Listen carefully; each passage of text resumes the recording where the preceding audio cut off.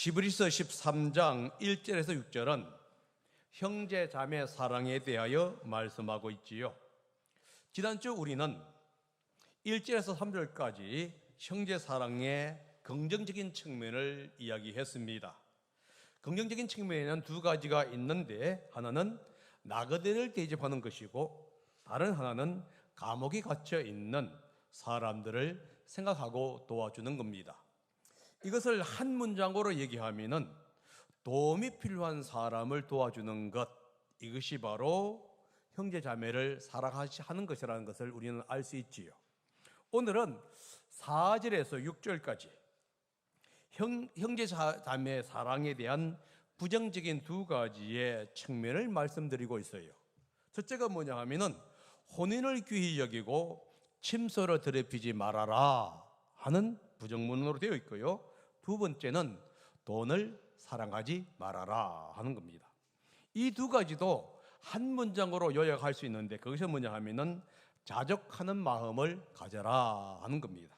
다시 말해서 자신의 배우자에 대해서 만족하고 하나님이 주신 재물 혹은 소유에 대하여 만족하는 마음, 이것을 가지고 자족이라고 얘기하는데, 이 마음을 가질 때에 형제 자매 사랑은 시작이 된다 하는 겁니다.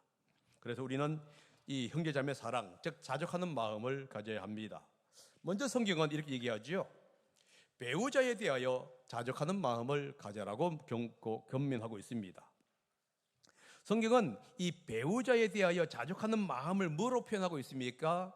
결혼을 귀히 여기고 침사회를 더럽히지 않는 것, 이렇게 얘기하는 거예요. 그러니까 결혼을 귀하게 여기고 침실을 잘 보존하는 것이 형제자매 사랑의 이제 지름길이다 하는 것을 우리는 알 수가 있습니다. 어디서 얘기하고 있죠? 4절이죠. 한번 4절 다시 한번 봅니다. 시작. 모두 혼인을 귀하게 여겨야 하고 잠자리를 더럽히지 말아야 합니다. 음행하는 자와 간음하는 자는 하나님의 심판을 받을 것입니다. 혼인을 귀하게 여겨라 라고 명령하고 있습니다. 여기서 귀하게 여기라는 말은 값비싼 보석처럼 가치 있게 여겨라 하는 얘기예요. 그러니까 결혼은 그 어떤 것보다도 가장 귀하고 가치가 있는 것이라는 것을 얘기하면서 이 결혼은 존중을 받아야 한다라고 말씀하고 있습니다. 결혼을 귀하게 여기고 존중하는 것 중에서 가장 중요한 게 뭐냐 하면은 잠자리를 보호하는 일이에요. 그래서 성경은 뭐라고 있습니까? 잠자리를 더럽히지 말아라. 잠자리를 더럽히지 말라는 얘기가 무엇일까요? 성적으로 부정한 행위를 하지 말라는 뜻입니다. 성적인 결합은 결혼 안에서만 이루어져야 할 하나님의 명령이고 하나님의 허락한 축복이라는 얘기예요. 결혼 밖에서 일어나고 있는 성적인 결합은 그 어떤 이유든지 간에 자신과 상대방을 더럽힌다는 사실을 우리는 기억해야만 합니다. 여기서 더럽히다는 얘기가 뭐냐 하면은 종교적으로 도덕적으로 더러워진 상태를 얘기하는데, 이것은 뭐냐 하면은 부정한 상태를 얘기합니다. 그러니까 결혼 밖에서의 성적인 부정은 사람을 부정한 사람으로 만들어요. 구약 성경에서 부정한 사람은 하나님 앞에 나아가서 예배를 드릴 수가 없습니다. 성적으로 부도덕하거나 성적으로 문란한 행위로 말미암아 침소를 더럽혔을 때 부정한 존재가 될 뿐만이 아니라 하나님과의 교제가 끊어진다. 다시 말해서 하나님께 예배드리지 않는다는 얘기가 뭐지요? 하나님과의 관계가 단절된다는 것을 얘기해 주고 있는 거예요. 그래서 그리스도인들은 결혼을 어떠한 상황 속에서도 보존되어야 할 만큼 가치 있는 것으로 여겨야 한다는 거예요. 그런 신앙을 가져야 한다는 거예요. 부부는 아름다운 결혼 생활을 유지하기 위해서 서로 함께 노력을 해야만 합니다. 서로에 대하여 귀한 보석처럼, 귀한 보배처럼 대우하고 존중해야 한다는 거예요. 이것은 서로 해야 합니다. 이 결혼을 귀하게 여기고 침소를 더럽히지 말라는 얘기가 무엇이죠? 성도덕에 관한 것이에요. 구약과 신약은 엄격한 성도덕을 가르치고 있습니다. 당시 그리스나 로마 시대는 이 성생활이 극히 문란한 시대였습니다. 물론 오늘날도 이 성도덕이 상당히 떨어진 상태예요. 그런데 그리스나 로마 시대는 오늘날보다 더했으면 더했지 덜하지 않은 상태였습니다. 당신은 혼인을 소홀히 생각했습니다. 결혼과 이혼이 너무도 자연스러웠어요. 결혼한 사람들끼리도 이 성적인 더러운 행위를 하는 것이 성행해 갔던 시대입니다. 그래서 성개방이니 프리섹스니 하는 말들이 오늘날 얘기가 아니라 이미 그리스나 로마 시대에 행하여 이루어졌던 이야기들이었어요. 이와 같은 성에 개방된 문화에서 정결한 성도덕을 확립하는 것이 그리스도인 가정의 사명이었던 거예요. 형제자매를 사랑하라는 것은 뭐냐? 이 결혼을 존중하는 일에서부터 시작된다는 사실을 여러분이 기억해야 합니다. 성적으로 순결한 상태를 유지하라는 거예요. 왜냐하면 성적 결합은 결혼 안에서 주어지는 축복이기 때문에 그렇습니다. 그런데 이런 축복이 성적 물함으로 말미암아 깨어지는 거예요. 그래서 저자가 뭐라 하고 있습니까? 결혼을 귀중히 여기고 침실을 더럽히지 말아라 하고 경고하고 있는 겁니다. 그러면 왜 이 결혼을 귀중히 여기고 침실을 더럽히지 말아야 하느냐 하는 거예요. 왜 배우자로 만족하는 삶을 살아야 하느냐? 그 이유는 결혼을 소홀히 하고 침실을 더럽힐 때에 하나님의 심판이 임하기 때문에 그래요. 다시 말해서 배우자 외에 욕심을 낼 때에 하나님은 심판하신다 하는 겁니다. 4절 얘기죠. 4절 하반절입니다. 이렇게 나와 있습니다. 음행하는 자와 간음하는 자는 하나님의 심판을 받을 것입니다. 여기서 결혼을 귀중히 여기지 않고 침실을 더럽히는 사람을 가리켜서 뭐라고 부르냐 하면은 음행하는 자 그리고 간음하는 자라고 얘기하고 있어요. 이 음행이라는 얘기가 뭐냐 하면은 창녀와 성적인 결합을 하는 것에서부터 유래가 되었다 이렇게 얘기할 수가 있습니다. 음행하는 자는 성적으로 부정한 일을 행하는 사람을 가리키는 일반적인 용어예요. 그러니까 이 나이와 관계없이 결혼의 유무와 관계없이 성적으로 부정한 행위를 하는 모든 것을 가리켜서 뭐라고 하느냐? 음행이라고 한 거예요. 여러분 구약 성경에 보게 되면 이 음행에 대해서 엄격하게 다루고 있고요. 음행하는 나라에 대해서 하나님께서는 징벌을 하는 모습들을 보게 되지요. 반면에 간음은 일반적인 용어가 아니라 부부 사이에 정조를 어기고 성행위를 하는 것을 가리켜서 간음이라고 얘기해요. 그러니까 이 결혼한 사람이 배우자 외에 다른 사람과 성적인 행위를 하는 것을 가리켜서 간음 이렇게 해요. 그런데 이 용어가 언어적으로 사용했을 때에는 하나님께 신실하지 못한 사람을 가리켜서 사용하는 용어입니다. 그래서 여러분 호세아에 보게 되면 간음한 자 이렇게 얘기하는 거예요. 그렇다고 한다면 여러분 배우자에게 신실하지 못한 사람은 누구냐? 하나님께 신실하지 못한 사람이 돼요. 단순히 배우자의 관계가 아니라 이 관계는 하나님과의 관계가 된다는 거예요. 그래서 성경은 엄격하게 지금 다루고 있는 것입니다. 오늘날 성개념이 무너진 사회지 않습니까? 유럽이나 미국뿐만 아니라 오늘날 한국도 성개념이 상당히 무너져 있어요. 여러분 결혼은 완벽함을 요구하는 것은 아닙니다. 그러나 책임은 요구한다는 사실을 기억해야만 돼요. 그런데 이 책임을 다하지 아니하기 위해서 즐기기만 하는 사회가 오늘날이고 그렇게 전락되어 버렸습니다. 그래서 혼전 성관계를 자연스럽게 생각하는 문화가 되어버린 거예요. 우리 때는 상상할 수 없었던 이야기들이 오늘날은 이제 버젓이 뭘 통해서 나옵니까? TV나 이 문화를 통해서, 매개체를 통해서 나타나고 있습니다. 이 존 샌더포드라는 사람이 이렇게 얘기합니다. 하나님이 남자와 여자를 창조하셨을 때 여자의 영으로 하여금 그녀에게 들어가는 첫 남자의 영과 연합하도록 지어졌다. 여러분, 재밌는 표현이죠. 처음 성관계를 한 사람의 여자의 영이 남자의 영과 결합하게 된다는 거예요. 남자는 처음 성관계한 여인과 연합하고 그의 사는 날 동안 그녀를 보호하고 그녀의 필요를 공급하도록 하나님은 창조했다라는 거예요. 이 샌드포드에 의하면은 결혼은 뭐냐? 단순히 육체적인 결합뿐만이 아니라 정신적, 영적인 결합을 하는 것이다 하는 거예요. 그렇기 때문에 여러분 자녀들과 마찬가지, 이게 교육해야 하는 것은 뭐냐? 단순한 성관계가 프리섹스가 아니란 말이에요. 그것을 하는 순간에 두 사람의 영적인 것이 결합이 되어요. 이것은 엄청난 연합입니다.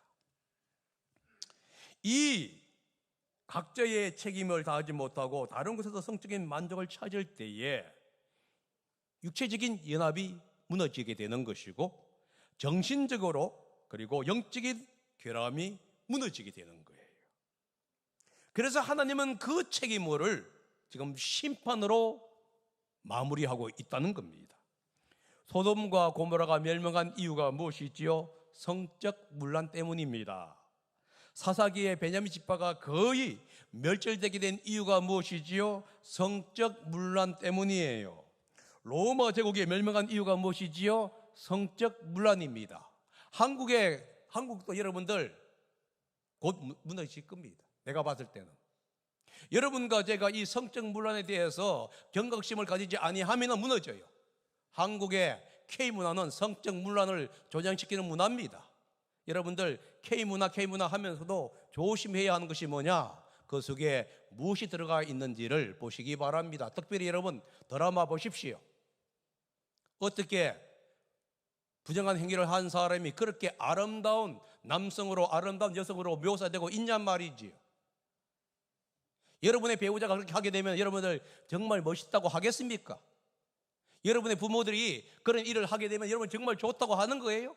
가정이 깨어지는데 좋다고 할 수 있습니까? 그런데 버젓이 K문화는 그것을 갖고 찬양하고 있습니다. 그러면서 우리는 뭐라고 하고 있지요? K문화, 세계적으로 유명한 문화 얘기합니다. 그것은 일반 사람이 얘기한 것은 이해할 수 있어요. 그런데 믿는 사람들까지도 그렇게 얘기한단 말이에요. 좋은 것은 우리가 전파되어야 하지요. 그러나 그 속에 해악이 무엇인지를 여러분 깨닫고 여러분들이 거기에 대해서 대처를 해 나아가야 한다는 거예요. 성적으로 문란하면 가정이 깨어지지요. 가정이 깨어지게 되면 사회가 무너져요.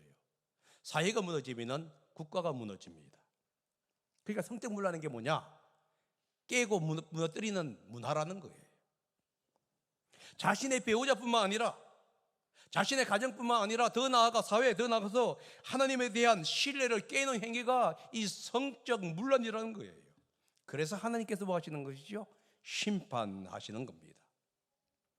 그러므로 사람들은 하나님 앞에 철저하게 회개해야 합니다. 먼저는 그런 관계 성적인 행위에 대해서 철저히 금지를 해야 할 뿐만 아니라 혹시나 실수를 하거나 여러 가지 이유 때문에 범했다고 한다면은 하나님 앞에 철저하게 회개하고 돌아와야 한다. 이것이 바로 성경이 우리에게 가르쳐주고 있는 내용입니다. 다른 하나는 뭐냐 하면 형제자매 사랑은 하나님이 주신 물질이나 재물에 대해서 만족하는 것에서부터 시작이 돼요. 재물에 만족하지 못하고 욕심낼 때에 결국은 형제자매를 파괴하는 일이 된다는 것을 얘기해 줍니다. 어디서 나와 있죠? 5절과 6절인데 한번 읽어봅니다. 시작. 돈을 사랑함이 없이 살아야 하고 지금까지 가지고 있는 것으로 만족해야 합니다. 주님께서 친히 말씀하시기를 내가 결코 너를 떠나지 않고 버리지도 않겠다 하셨습니다. 그래서 우리는 담대하게 이렇게 말합니다. 주님께서는 나를 도우시는 분이시니 내게는 두려움이 없다. 누가 감히 내게 손댈 수 있으랴. 여러분, 성경은 물질에 대해서 탐욕을 품지 말라 라고 얘기하는 거예요. 그런데 이 물질에 대한 탐욕은 뭐로 표현되고 있냐면은 돈을 사랑하는 마음으로 표현되고 있지요. 그래서 성경이 뭐라고 있습니까? 돈을 사랑함이 없이 살고, 다시 말해서 돈을 사랑하지 말라라.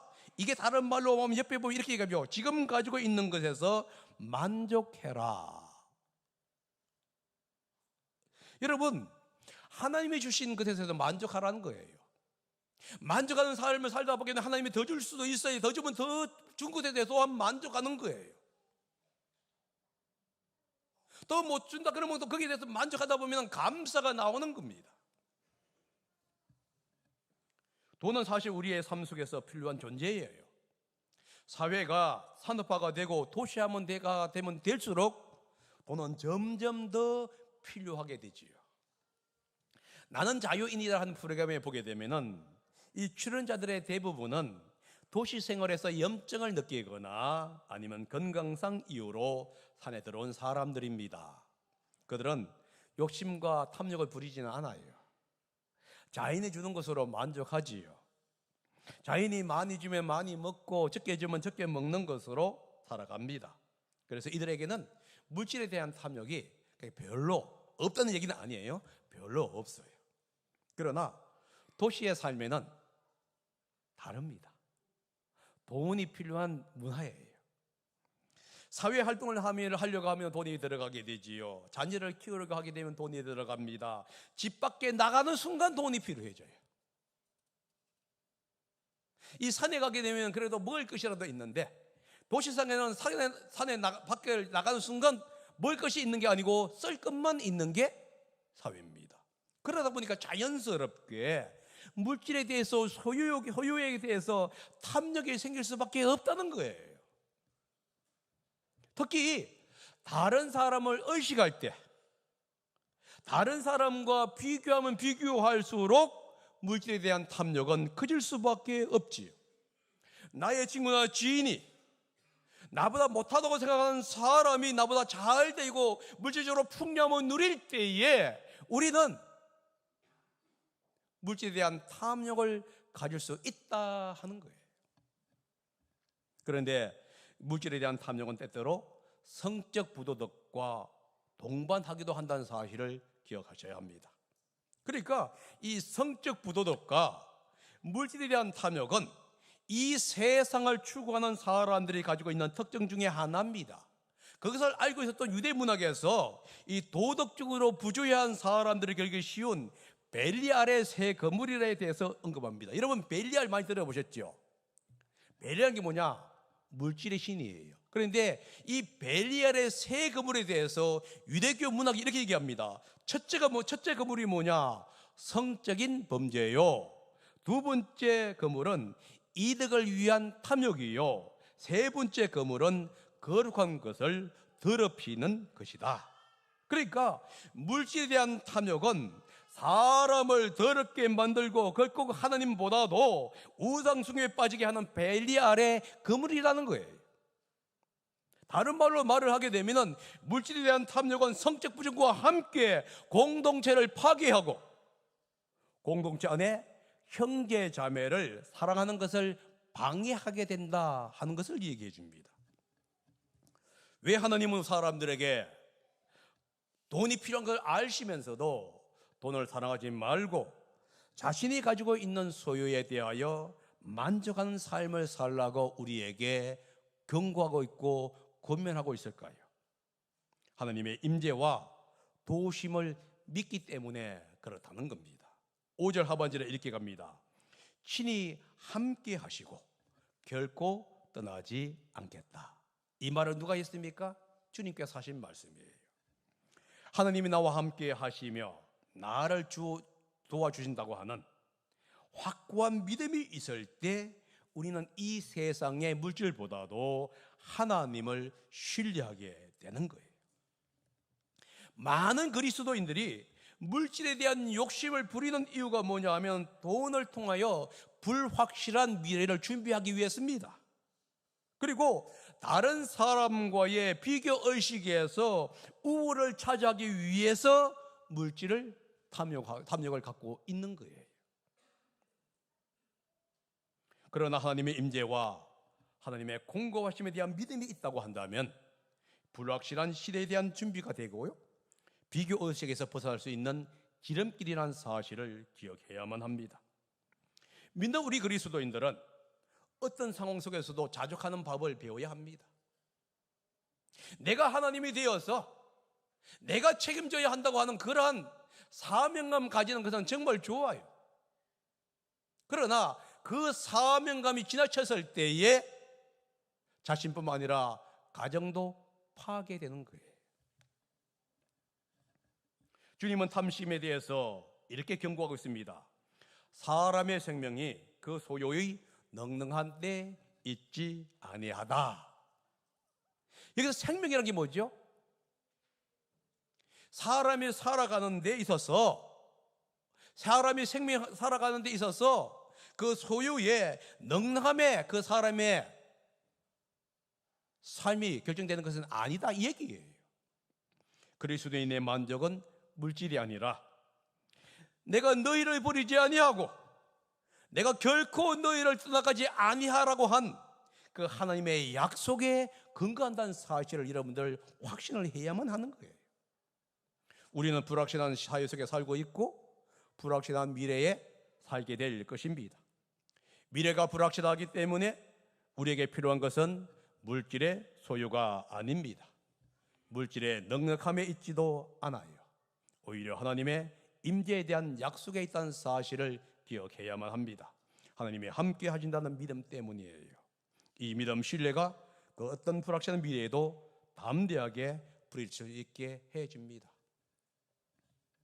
제가 언제 얘기했던가요? 내 친구가 자녀가 많아서 아파트 방 3개짜리에서 4개짜리로 갔습니다. 그런데 3개짜리를 팔지를 못해가지고 4개짜리로 갔어요.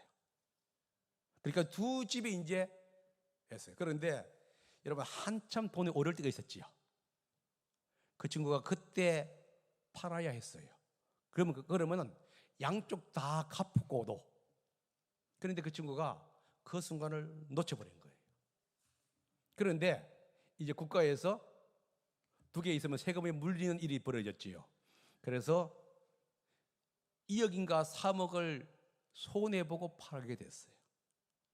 결국은 양쪽 다 부채를 탕감할 수 있는 기회가 됐는데도 불구하고 그 한순간의 판단으로 인해서 여전히 부채 속에 살아가고 있어요. 여러분, 제가 왜 하죠? 우리의 미래는 불확실합니다. 물질이 있다고 해서 그것이 영원히 내 것은 되는 것은 아니에요. 어떻게 바뀌냐에 따라서 있던 것이 없어지게 되고 어느 때에는 없던 것도 있게 됩니다. 그래서 하나님의 공급하심에 대한 믿음이 아니라 물질을 의지할 때에 우리는 패가망신 당할 수 있다는 사실을 기억하셔야 돼요. 그래서 디모데전서 6장 10절에 이렇게 갑니다. 돈을 사랑하는 것이 모든 악의 뿌리입니다. 돈을 쫓다가 믿음에서 떠나 헤매기도 하고 많은 고통을 겪기도 한 사람이 들어 있습니다. 물론 돈을 쫓다가 잘된 사람도 있겠지요. 그러나 수많은 사람들이 돈을 쫓다가 믿음에서 떠나서 많은 고통을 겪게 된다는 거예요. 여러분, 돈을 사랑할 때에 토에 대한 탐욕이 일어날 때에 믿음에서 떠나게 되고요, 그 사람은 황폐하게 되고 결국은 자신을 파괴하게 되는 거예요. 탈무드에는 이런 글자가 있습니다. 누가 참 지혜자냐? 모든 일에 배우는 자다. 누가 참 강자냐? 자기를 제어하는 자다. 누가 참 부자냐? 자기의 가진 것에 만족하는 자다. 스스로 만족하는 자세인 자족은 단순히 수단이나 체념의 결과로 오는 것이 아니라는 것이지요. 하나님에 대한 절대적인 보호를 믿는 그 믿음이 그 사람으로 하여금 자족하는 마음을 주는 거예요. 그래서 여러분들과 제가 정말로 하나님이 내게 주신 것에 대해서 정말로 감사하면서 만족하느냐를 여러분들 보기 위해서는 여러분들이 하나님에 대한 내가 절대적인 신뢰가 있냐를 봐야 돼요. 내일 무슨 일이 일어난다 할지라도 하나님이 나를 도와주실 것이라는 확실한 믿음이 있다고 한다면은 우리는 어떤 상황 속에서 자족할 수 있는 마음이 생깁니다. 또 다른 자족하는 이유는, 해야 하는 이유가 뭐냐 하면은 하나님의 공급해 주시기 때문이죠. 6절에 그 얘기합니다. 보세요. 주님께서 나를 도우시는 분이시니 내게는 두려움이 없다. 누가 감히 내게 손을 댈 수가 있으랴. 하나님이 우리를 돕는 분이라면 우리는 누구를 두려워하겠습니까? 하나님이 돕는 분이라 한다면 우리는 불확실한 미래도 두려워할 필요가 없습니다. 왜냐하면 그 모든 것이 주님의 손안에 있기 때문에 그렇지요. 초대교회 성도들은 예수님을 믿는다는 이유 때문에 소유를 빼앗겼습니다. 경제적으로 어렵습니다. 그럼에도 불구하고 두려워하거나 염려하지 않은 것은 어떤 상황 속에서도 하나님이 나와 함께 계시고 나를 도와준다 하는 그 믿음이 확실했기 때문에 그렇습니다. 하나님이 공급해 주시는 분이라는 사실을 확신할 때 우리는 어떤 상황 속에서도 담대하게 나갈 수 있지요. 여러분 여호수아를 압니다. 여호수아는 가나안 정복을 하기 위해서 나아갈 때에 두려워했습니다. 그럴 때 하나님은 여호수아에게 이렇게 얘기를 합니다. 5절부터 6절인데 한번 읽어봅니다. 시작. 내가 사는 날 동안 막가로웠지 못할 것이다. 내가 모세와 함께 하였던 것과 같이 너와 함께하며 너를 떠나지 아니하며 버리지 아니하겠다. 구세고 용감하여라. 내가 이 백성의 조상에게 주기로 한 맹세한 땅을 이 백성에게 유산으로 물려줄 사람이 바로 너다. 여러분 이 여호수아는 이 약속을 의지하면서 나아갔던 거예요. 여호수아에게 약속하신 하나님이 오늘 히브리서 독자들에게 그리고 여러분과 저에게 동일하게 약속해 주십니다. 주님이 함께 하시고 도와주겠다는 거예요. 그러므로 여러분 우리 주님이 나의 돕는 자라는 사실을 여러분 믿으시고 그분에게 절대적으로 신뢰하시기 바랍니다. 결론입니다. 형제자매 사랑은 자족하는 마음에서 시작이 되지요. 하나님이 허락한 배우자에게 만족하는 것, 그리고 하나님이 주신 재물에 만족하면서 감사하면서 살아가는 삶, 이 삶이 바로 뭐죠? 자족하는 마음입니다. 그러한 삶이 있기를 예수님의 이름으로 부탁드립니다. 기도하겠습니다.